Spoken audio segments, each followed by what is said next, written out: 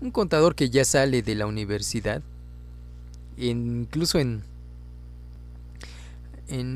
los semestres inter de la carrera ya conocen este procedimiento. Ahí ya no hay, es imperdonable que no se la sepan, ¿eh? La verdad no quiero agredir a nadie, pero no es posible que a cierto nivel no conozcan el procedimiento.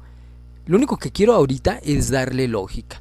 En algún momento alguien hizo una discusión en redes sociales, no me acuerdo ni en cuál, pero decían que ningún contador les puede decir cómo se calcula o por qué no está el procedimiento en la ley del impuesto sobre la renta para determinar el ISR de una persona física. Y decían, yo les he preguntado y nadie me lo puede decir, nadie lo sabe. Lo que pasa es que aquí hay un problema, que no leen la ley con detenimiento, nada más. Pero ahí está, solamente hay que aplicarle la lógica y sí tiene un procedimiento, todo tiene una lógica, una razón, que a veces se les olvide, esa es otra cosa. Y vamos a ver incluso algunos detalles, yo mismo lo vi hace algunos días explicando precisamente este procedimiento y no me voy a cansar de decirlo. Encuentren errores, cámbienlos. No se queden con esos errores, por favor. Mucho menos los aprendan de la escuela, porque se les quedará para siempre. Primero, antes de pasar a ese procedimiento, detalles que no pueden quedar fuera. Artículo 94 de la actual Ley del Impuesto sobre la Renta. Dice, se consideran ingresos por la prestación de un servicio personal subordinado por la prestación del servicio. Dice aquí, que leerlo detalle. Los salarios y demás prestaciones que deriven de una relación laboral, incluyendo la participación de los trabajadores en las utilidades de las empresas y las prestaciones percibidas como consecuencia de la terminación de la relación laboral. Óiganlo, lean bien esto. Ingresos por la prestación de un servicio personal subordinado, bla bla bla, incluyendo la participación de los trabajadores en las utilidades de las empresas. Pues sí, yo diría está bien, se lo sumo ya, pero ahora encuentren la razón. ¿Por qué dice incluyéndolo? ¿A quién se le paga la PTU? Los trabajadores, ¿no? Solo los trabajadores perciben utilidades. Ahora bien, dice aquí, también los percibidos como consecuencia de la terminación laboral, es decir, indemnizaciones, por ejemplo, jubilaciones, pensiones y demás. Pero específicamente me quiero centrar a las pensiones. Digo, a las indemnizaciones por despido injustificado, para hacerlo más fácil. ¿A quién se le pagaría una indemnización por despido injustificado? Pues obviamente que a los trabajadores que he corrido, ¿sí? Es obvio. Esa parte es lógica, no tiene discusión. Pero ahora, ¿por qué me lo está incluyendo? Si es al trabajador, si la PTU se le voy a pagar al trabajador, ¿por qué digo estos ingresos incluyendo la PTU? Entonces, ¿no estaba ya dentro de esos ingresos de personas físicas? ¿Se han hecho esa pregunta o ni lo habían notado que lo está adicionando? Pues bien, la razón es simple, no es complicado, por eso nunca va a haber error. Si aplican lógica, a lo mejor. Si aplican lógica, pues la PTU es para el trabajador, las indemnizaciones son para los trabajadores, por lo tanto, también son ingresos de personas físicas por sueldos y salarios. Error. Pareciera que sí, pero no. ¿Por qué? ¿De qué depende que yo le pague al trabajador PTU? ¿De sus servicios? No.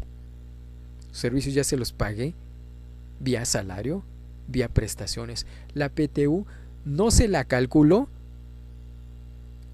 como pago por sus salarios. No. Más bien de la relación laboral. La PTU no la pago por los servicios que me presta el trabajador. Se la pago porque hay una relación laboral. Imagínense, si fuera por el simple servicio, desde el contrato ya me obligaría incluso a pagarle PTU, haya o no haya utilidades en la empresa. Y obviamente que no puedo hacerlo así. Entonces, ¿qué tengo que hacer? Pues bien, la PTU la debo de considerar, debo de incluirla como parte de los salarios porque no es salario, no deriva de la prestación de un servicio personal subordinado. ¿De qué deriva? De una obligación laboral, no de la prestación del servicio. Solo porque es mi trabajador, le tengo que pagar PTU. Es más, si ustedes quisieran repartir PTU de acuerdo a quién genera utilidad, sería complicado. Por ejemplo, ¿cómo le pagarían al, no sé, al contador, al abogado de la empresa, a la de la limpieza, los administrativos, todas esas personas que no venden, pero están trabajando en la empresa, que difícilmente puedes determinar cuánto de su labor generó utilidad? No se puede. Algunos utilizan otros indicadores para darle valor al servicio, pero eso es en otro ámbito. Valor, no sé cómo decirlo, pero eso es corporativo y se utiliza por ejemplo, el Balance Scorecard. Les puede servir para determinar el valor que le da el trabajador a la empresa. Eso sí se puede y te sirve para fijarle a lo mejor un salario o un incremento salarial. Pero en el caso de la PTU no se puede fijar. Por eso, para utilizar como indicador se toma los ingresos devengados en el ejercicio y los días trabajados en el mismo ejercicio. Pero entonces eso se convierte solamente en una forma para calcularlo, no es un pago por los servicios. Les recuerdo, es un pago porque hay una relación laboral y hubo utilidades. Si no hay utilidades, pues no se paga. Y de hecho, incluso hay otros detalles aquí. Por ejemplo, si yo le anticipo PTU a los trabajadores, no pasa nada. Pero cuando calcule la PTU real, la definitiva, si yo le pagué de más PTU, la diferencia no se puede considerar PTU. Algunos dicen, pues mira, ¿qué pasa cuando tú le pagas de más al que realmente fue? ¿Qué tratamiento le das a esa PTU? Pues miren, se le da el tratamiento de salario. No es PTU. ¿Por qué? Porque la PTU ya se calculó vía resultado. Una utilidad. Hubo una aplicación de una tasa y se determinó una PTU a repartir. ¿Ok? Se le dio lo que le corresponde a cada trabajador. Esa es la real. Si le di anticipadamente y más de lo que realmente le correspondía, solo hasta lo calculado real es PTU. La diferencia ya no se puede considerar PTU, ya no es PTU. Por lo tanto, ni tiene parte exenta y se integra completo al salario base de cotización. Es otro ingreso para el trabajador, pero ya no es PTU. O sea, no se compliquen tratando de fundamentar y a ver cómo le hacen. No es PTU. La diferencia que yo le pagué de más ya no es PTU. ¿Ok? Ahora bien, la parte de las indemnizaciones. Si yo le pago indemnización a mi trabajador porque lo estoy despidiendo, de hecho ya lo despedí, ya no es mi trabajador. Entonces, esa indemnización tampoco es un salario. ¿Pero por qué precisamente por eso? Porque en el texto de la ley dice incluyendo PTU, incluyendo los ingresos por el fin de la relación laboral. Entonces, esa indemnización no es un salario, no deriva de la prestación de un servicio personal subordinado, es más bien resarcir al trabajador por haberle quitado el trabajo. Es una indemnización, no es un salario. Por eso en la ley dice incluyéndolo, porque no está incluido. Está fuera de ese concepto, no es salario ni deriva de la prestación del servicio. Ambos conceptos, PTU e indemnizaciones. Por eso dice la ley, inclúyelos. Espero que eso, nada más hay que ponerle detalle y cuidado en la lectura. Y la otra, más allá en este mismo párrafo, y no me explico por qué, si es el párrafo que no ha modificado desde 1980 hasta el día de hoy, ahí no ha habido cambio. Los ingresos asimilados a salarios. Eso lo he dicho miles de veces. E incluso algunos articulistas, algunos expositores en cursos todavía llaman régimen de asimilados a salarios. No existe tal régimen, no hay. Es más, busquen en la ley del impuesto sobre la renta, título 4 de la ley, busquen el capítulo que quieran y busquen dónde está un régimen de asimilados a salarios. No existe. ¿Por qué? Porque ese sería un tratamiento para una persona, pero las personas no se asimilan, se asimila sus ingresos.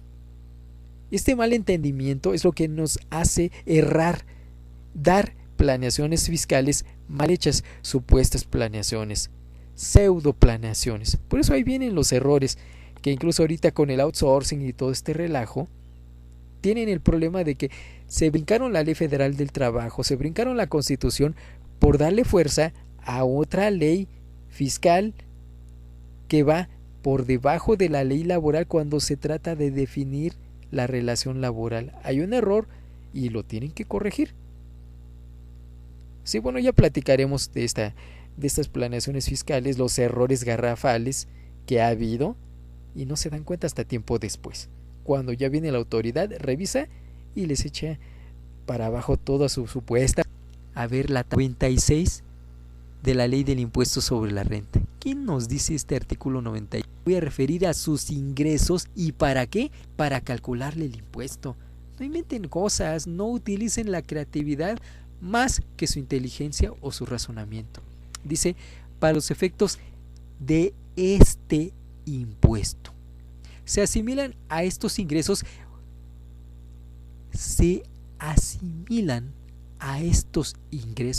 los siguientes, y ya viene todo un rollote, eso ya lo conocen, pero dice se asimilan a estos ingresos y para efectos de este impuesto. No dice a la persona, no hay gente aquí que digan yo soy asimilado a salario, que así lo consideren algunos por error, esa es otra cosa, es un error muy grande y cuesta mucho cuando la autoridad les echa para atrás los procedimientos aplicados. Si hay consecuencias, y cuando la consecuencia es económica, híjole, ahí tenemos un verdadero problema. Ok, artículo 96. Dice, quienes hagan pagos por los conceptos a que se refiere este capítulo, y esto ya lo tenemos casi de memoria, están obligados a efectuar retenciones y enteros mensuales que tendrán el carácter de pagos provisionales a cuenta del impuesto anual. No se efectuará retención a las personas que en el mes únicamente perciban un salario mínimo general correspondiente al área geográfica del contribuyente. Bueno, ya hay área general, ya no hay área geográfica del contribuyente, ya ven que ya se unificó. Después dice, la retención se calculará aplicando a la totalidad de los ingresos obtenidos en un mes de calendario la siguiente, y ahora sí, el encabezado es tarifa. Ahora, para aquellos que dicen, la ley no me dice qué procedimiento tengo que seguir, no, el procedimiento está en la tabla, solamente hay que aplicarle lógica. Ahora bien, ¿por qué no está en la ley? Porque no era necesario, estuvo en la exposición de motivos de, en su momento, de la ley de 1980, 30 de diciembre de 1980. Ahí estaba en la exposición de motivos el procedimiento para calcular esta retención, pero estaba en el espíritu de la ley, así le llamamos. La exposición de motivos es el espíritu de la ley. ¿Qué es lo que la autoridad deseaba para hacer una reforma o para emitir alguna ley en particular? Y en este caso, en su momento, sí se aclaró ese procedimiento, sí se mencionó cuáles eran los pasos a seguir. No lo voy a buscar ahorita porque esto ya es historia, se supone que esto es de lo ya conocido, ya no tengo por qué estarlo explicando, ni ustedes por qué estarlo investigando, porque es histórico, ya es algo que ya definitivamente ya no se va a cambiar. De hecho, hay una jurisprudencia, no la he encontrado en su momento, yo la tenía, incluso la posteé, la voy a buscar, y en esa tesis de jurisprudencia dice que no importa que el texto de la ley no incluya todo este procedimiento, se tiene que aplicar y no es inconstitucional. ¿Ok? Ahora bien, ¿de dónde saco el procedimiento para calcular el impuesto sobre la renta? Aquí la mayoría ya lo ha hecho, aunque sea en tarea de la escuela, en alguna práctica, o que ya está trabajando y hace ese cálculo. Como hay veces que eso se convierte en cotidiano, hasta se nos olvida que en algún momento leímos la ley o nos explicaron con la ley en la mano y de ahí determinamos el procedimiento. No quiere decir que esté mal o que no lo hayamos fundamentado, sino que se convierte en algo tan cotidiano que ya no le tomamos atención, se vuelve común. Ahora bien, ¿qué pasa con este procedimiento? Dice el artículo 96, segundo párrafo, se aplicará la siguiente tarifa.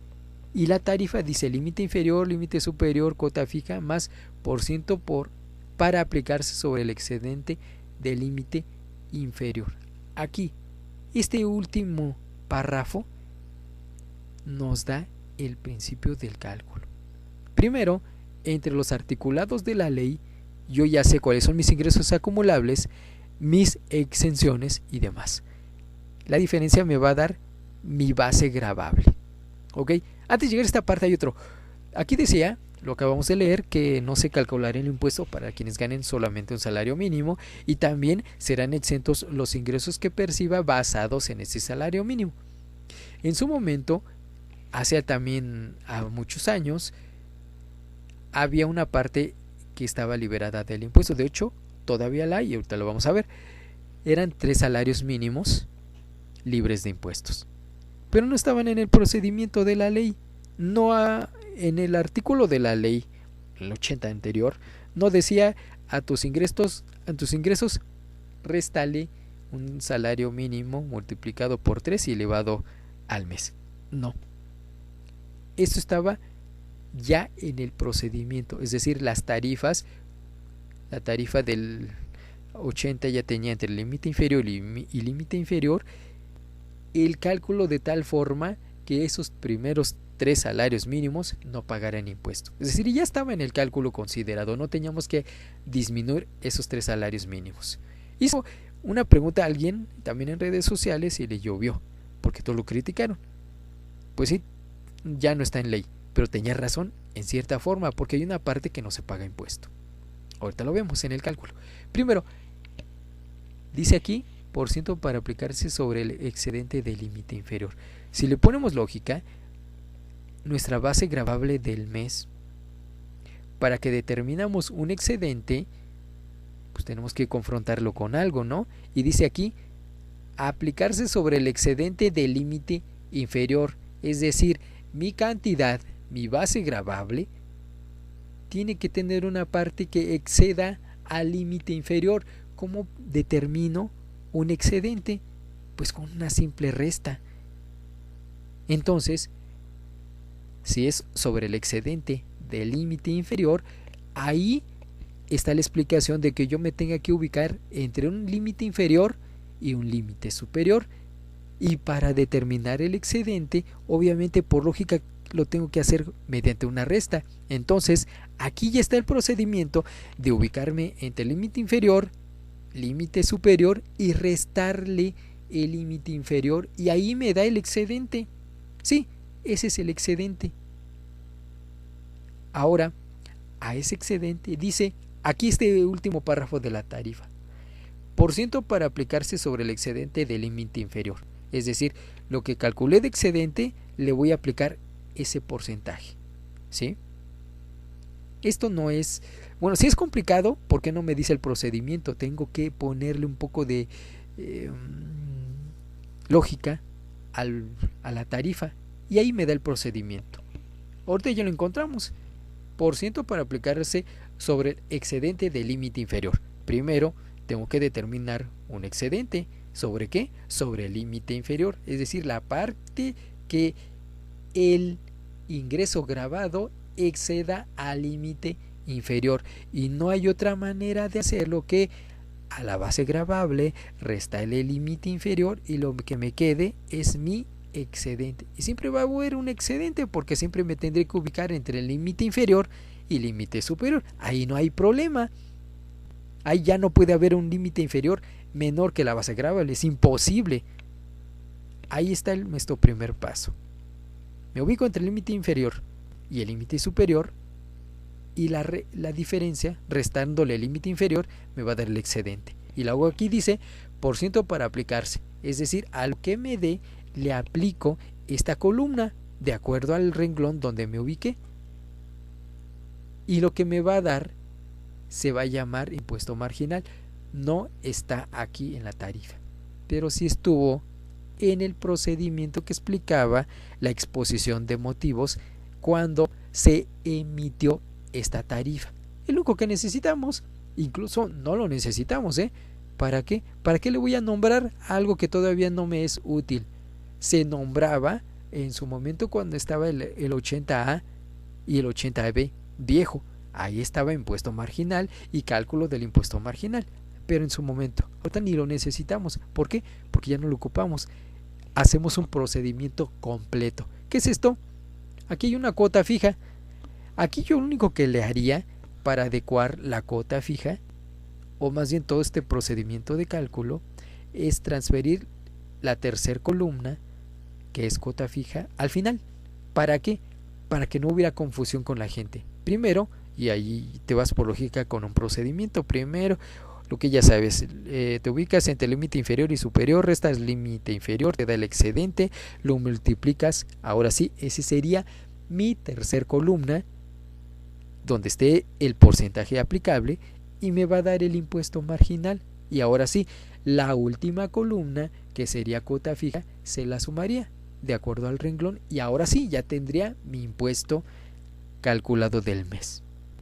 Ese sería un procedimiento un poco más fácil de entender, porque aquí es donde provoca confusión.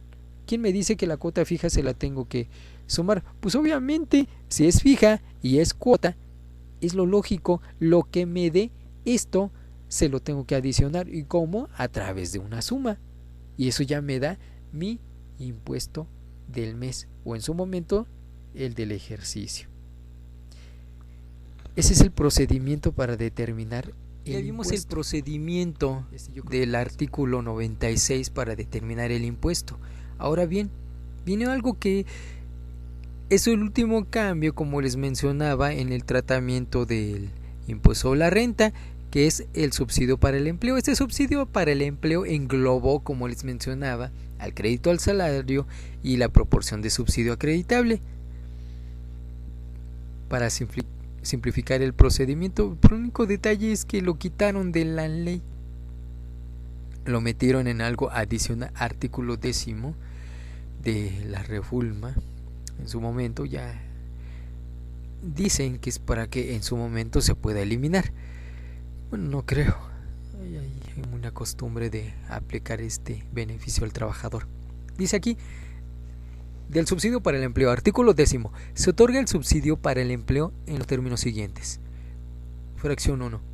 Los contribuyentes que perciban ingresos de los previstos en el primer párrafo o la fracción 1 del artículo 94 de la Ley del Impuesto sobre la Renta, excepto los percibidos por concepto de primas de antigüedad, retiro e indemnizaciones u otros pagos por separación, gozarán de un subsidio para el empleo que se aplicará contra el impuesto que resulte a su cargo en los términos del artículo 96 de la misma ley.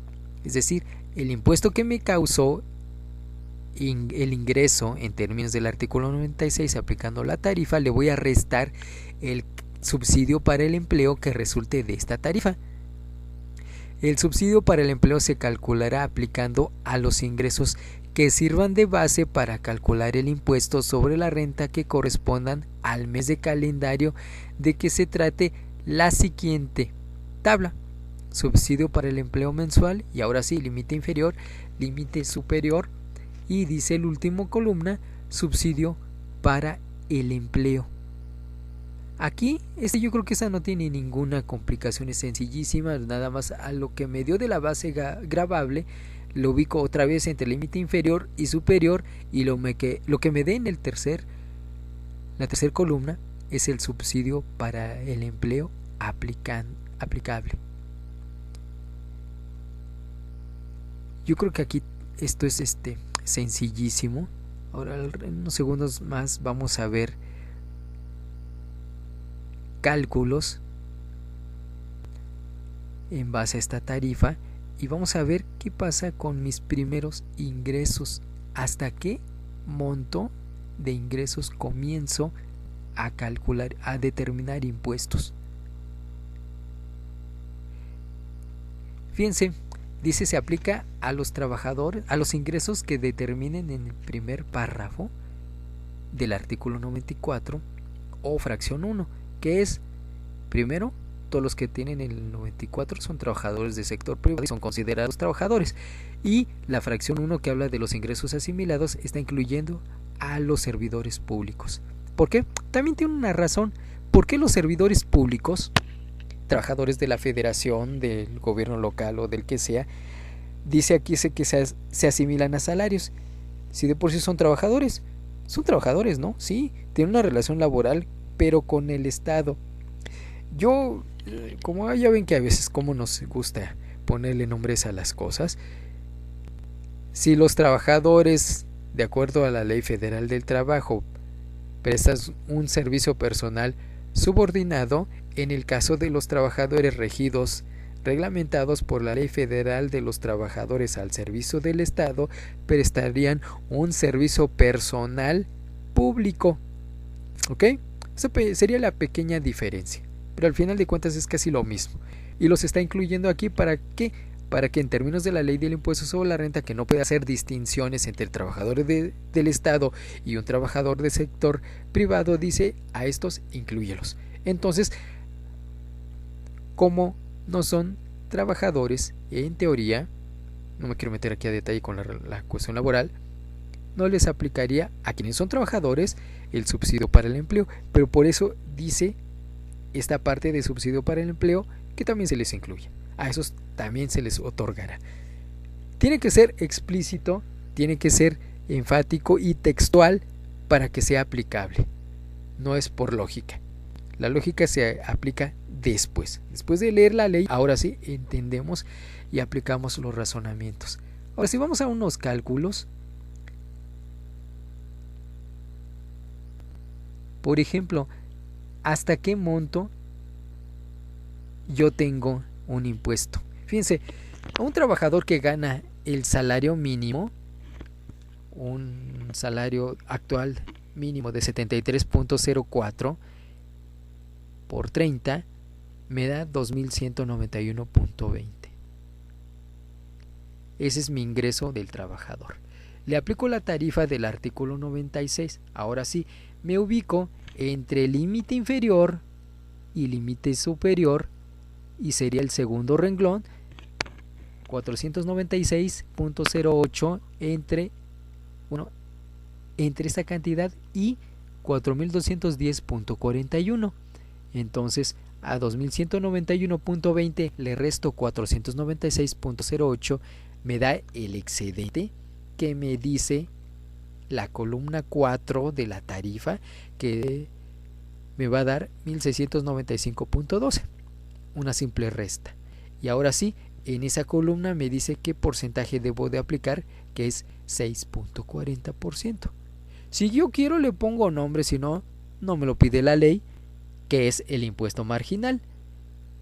¿Y por qué es impuesto marginal? Porque es previo, todavía falta algo. Y lo que le falta, la cuota fija, la que se encuentra en la columna 3 de esta tarifa. La que yo, en mi opinión, debería cambiarse al último, y la última columna, que es el porcentaje aplicable, pasarla como columna 3 para darle secuencia, sea más fácil de entender. Pero bueno, es entendible porque ya lo hemos hecho, ¿sí?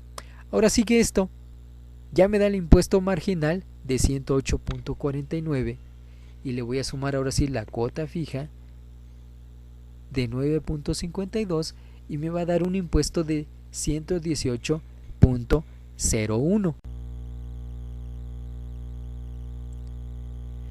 Una vez que ya determinamos el impuesto causado, ahora sí corresponde el subsidio para el empleo que le haya tocado de acuerdo a su nivel de ingresos. Nuevamente tomamos los 2.191.20, nos ubicamos en la tabla del subsidio para el empleo entre el límite inferior y el límite superior, que sería entre 1.978.71 y 2.653.38, y en la tercera columna corresponde 359.84. Ese sería el subsidio para el empleo que le correspondería a estos ingresos. Entonces, al impuesto causado, resulta que el subsidio para el empleo es superior.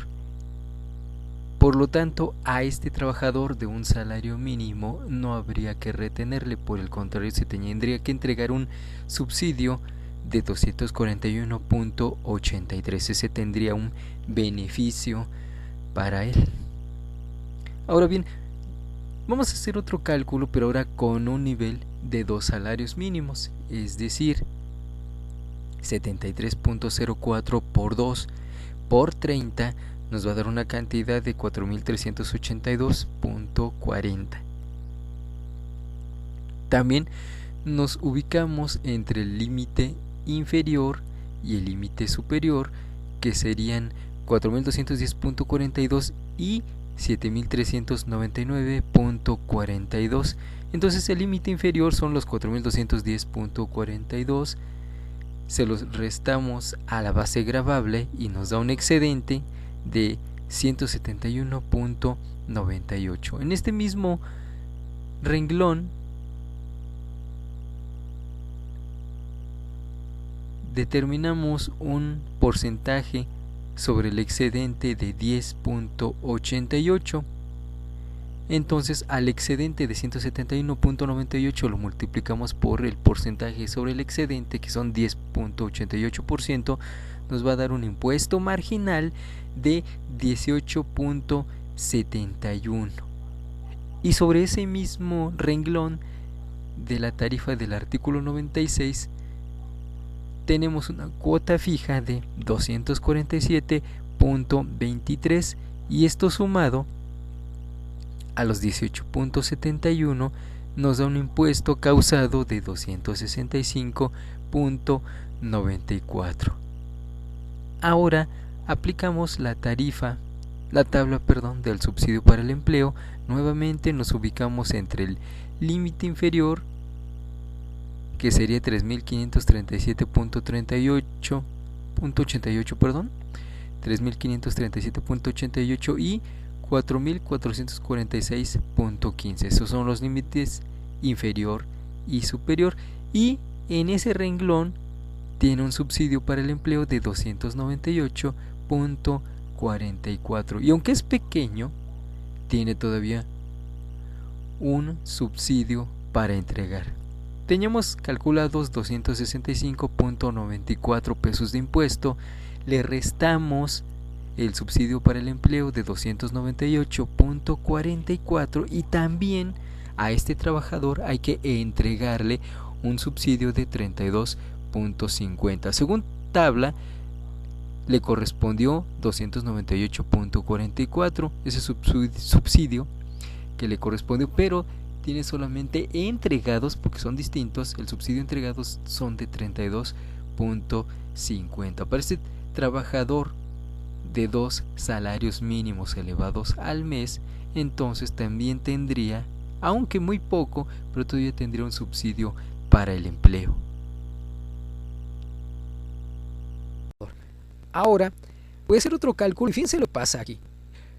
Supongamos que quiero determinar cuánto necesito pagarle al trabajador para no entregarle subsidio para el empleo ni retenerle. ¿Qué tengo que hacer? Pues buscar cantidades, ¿no? O aplicar una función en Excel que me convierta la base de tal forma que al aplicarle la tarifa me dé el impuesto o la cantidad a la que quiero llegar. En este caso ya lo hice con una función, y resulta que para que no tenga nada a cargo ni a favor, la cantidad mínima es de 4.924.02. ¿Qué es esto? Una cantidad grabada en el mes.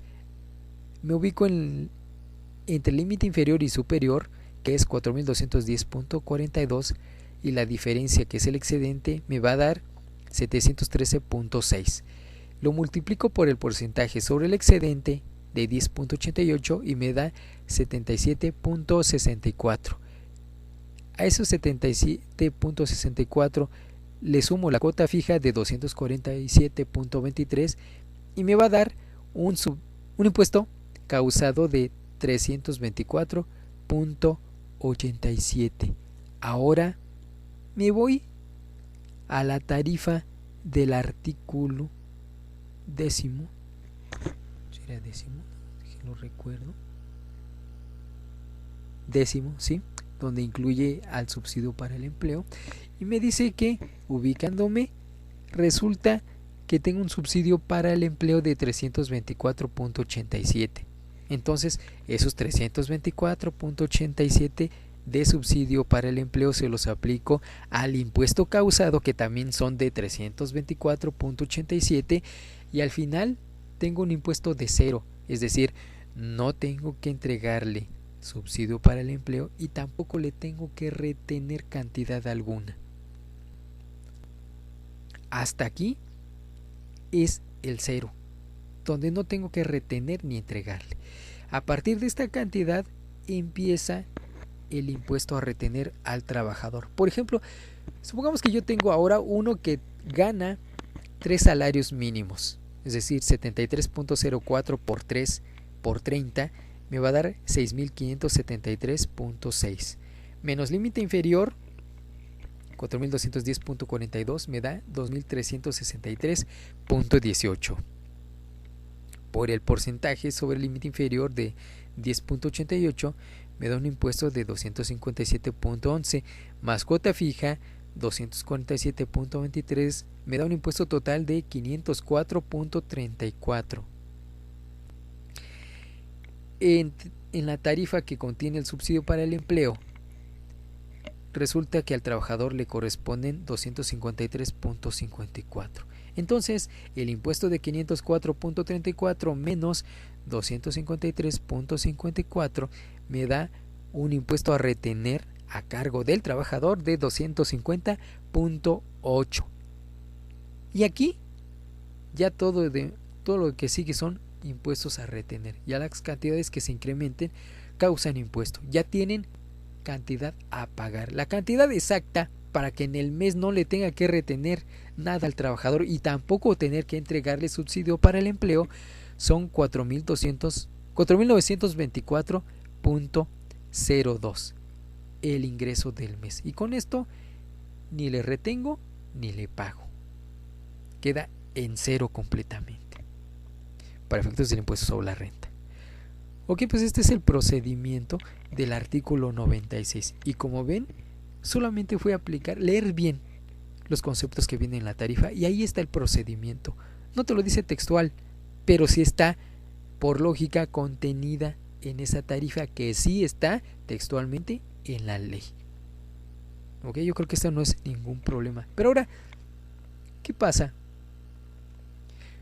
Esto yo hice el cálculo con un ingreso de un mes y mis tarifas en la ley del impuesto sobre la renta, artículo 96, me dice que son tarifas del mes y los ingresos son del mes, entonces las retenciones se causan por mes, el impuesto más bien se causa por mes, pero yo le retengo en cuanto le pague la nómina. Por ejemplo, otra cantidad específica, 10,000 pesos, por decir así.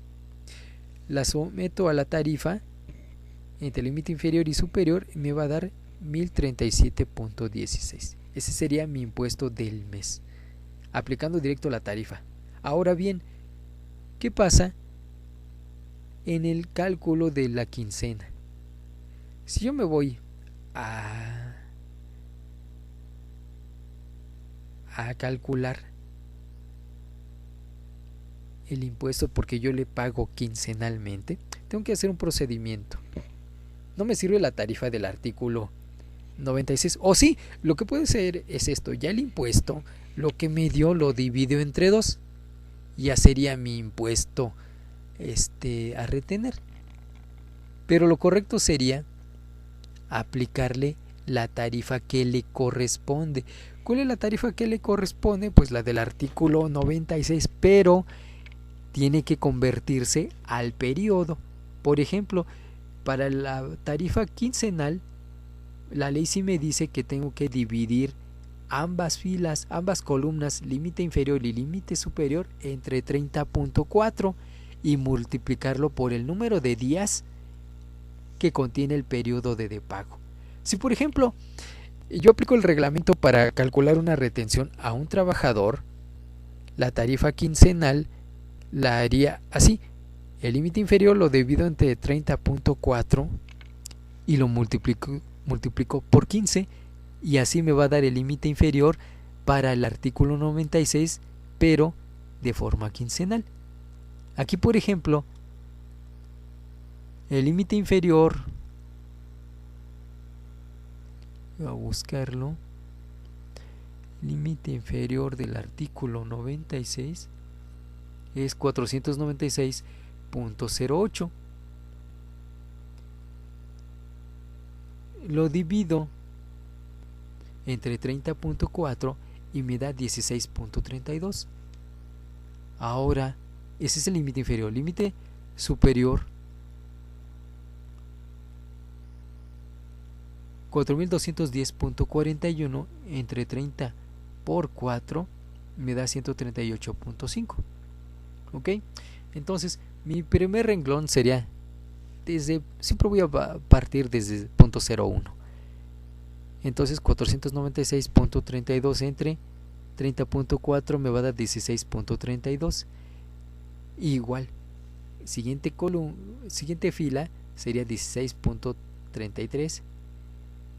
Y para determinar el límite superior, tomo el límite superior del artículo 96 de esa tarifa, 4210.41 entre 30.4, y ahora sí mi límite superior del segundo renglón son 138.5. Este sería mi tarifa para un cálculo diario, para gente que cobra por un trabajo y no por un periodo completo, por cantidad de trabajo.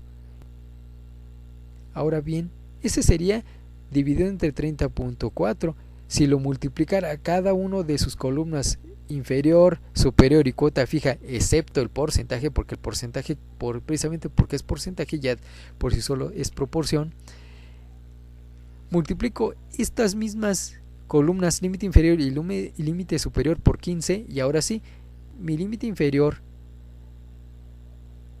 del primer renglón siempre va a ser 0.01, pero el límite superior para tarifa quincenal son 244.77, segundo renglón 244.78 hasta 2077.5, que fue los 4210 entre 30.4 por 15, ahora sí me da 2077.5, y así convirtiendo la tarifa en días o quincenas. Si yo quisiera determinar, porque a lo mejor mis trabajadores, tengo algunos o todos, les pago semanalmente, igual tomo la tarifa del artículo 96. Las columnas de límite inferior, superior y cuota fija, cada una las divido entre 30.4 y después las multiplico por el número de días del periodo que necesito. Por ejemplo, si lo necesitaría semanal, como les digo, entre 30.4 por 7. Si hiciera pagos decenales, entre 30.4 por 10. Si hiciera pagos catorcenales, entre 30.4 por 14, y así me da los límites y la cuota fija. Como ven, esto no es complicado. A final de cuentas, es simple, es nada más leerlo bien, pero sobre todo de disciplinarse. No hace falta disciplinarse para muchos que ya lo tienen bien entendido, pero aquellos que no conocen el procedimiento para retener un impuesto de personas físicas y estén terminando la carrera o ya la hayan terminado y no sepan esto, es imperdonable, ¿eh? Entonces estudien mucho, esperen, en breve subiré este programa a YouTube con el material y las explicaciones y estos cálculos, sobre todo porque necesitamos ver cálculos para que se entienda bien esto. Yo se los puedo estar platicando, pero yo creo que es importante que también se tenga a la mano cada uno de los cálculos que nosotros necesitamos para determinar el impuesto. Ok, pues bien, Hasta aquí lo vamos a dejar el día de hoy con este procedimiento para determinar el impuesto sobre la renta de una persona física, cómo se determina el cálculo, el procedimiento del artículo 96 y aplicando el subsidio para el empleo.